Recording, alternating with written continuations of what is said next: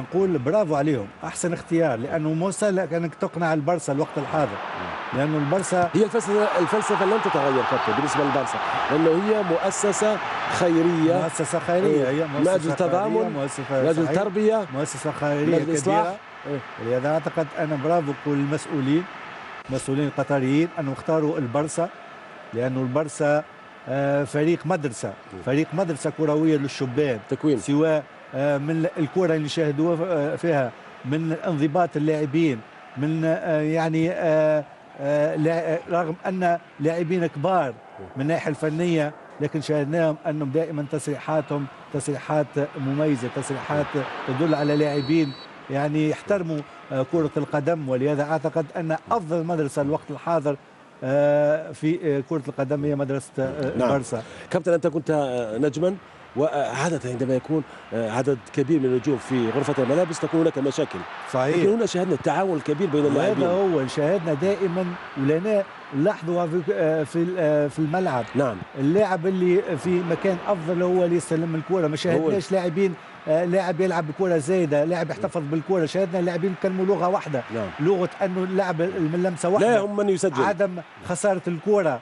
اللاعبين دائما يحاولوا ان يسهلوا مأمورية زميلهم، كل لاعب يحاول ان يسهل، لما يسجل لاعب الكل يفرحوا للاعب اللي يسجل. ولهذا توضح لنا التضامن بين اللاعبين وعقلية اللاعبين، وهي توضح لنا ما ضيعنا.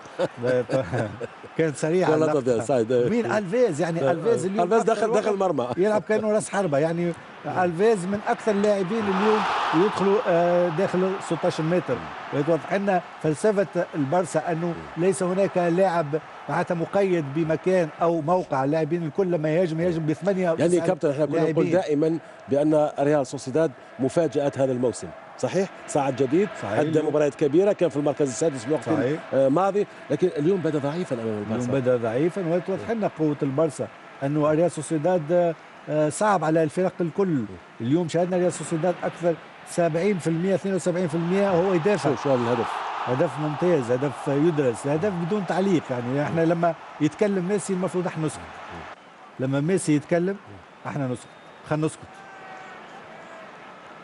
لكن كابتن رغم انه في دفع، في خشونه عليه، الا انه لا يسقط، يعرف كيف يستحوذ على الكره، كيف يغطي الكره، كيف يسجل. بصراحه انا اقول موهبه كرويه، يعني لسه في مقتبل العمر، موهبه كرويه، لاعب يلقى الحل بسهوله، وهذا قوه اللاعب الكبير، انه في الحالات الصعبه هو يلقى الحل، يلقى الحل بدون عناء. يعني انه لما يسدد الكره على المرمى قل كانه مرر ما سددش. بعدين عندما الكره عند ميسي مع ذلك انه يسحب على الاقل 4 لاعبين، كل ما يلمس الكره هناك 2 3 لاعبين على ميسي، لانه يعرف خطوره ميسي. ونشوفوا الان الكره على القائم، لاعب يعرف المرمى بامتياز، لاعب يعني مولود يظهر لي امه ولدته بين 3 اخشاب. اخشاب زمان، الاخشاب هذه زمان في الستينات الحديديه الان. يعني يعجز الوصف، ونعجز على كلام اللي شاهدناه في السنه هذه. والشيء الغريب يا الاخضر انه اللاعب هذا مازال يتطور، شاهدنا كل اسبوع شيء جديد، كل اسبوع يسجل، واحنا كل اسبوع قبل المباراه نتساءلوا ماذا سيفعل ميسي، وهو بطبيعه الحال اللاعب هذا كل اسبوع يقدم اضافه كبيره، كل اسبوع يقدم شيء جديد. كابتن هذا ايضا يفتح مجال للزملاء، حتى ان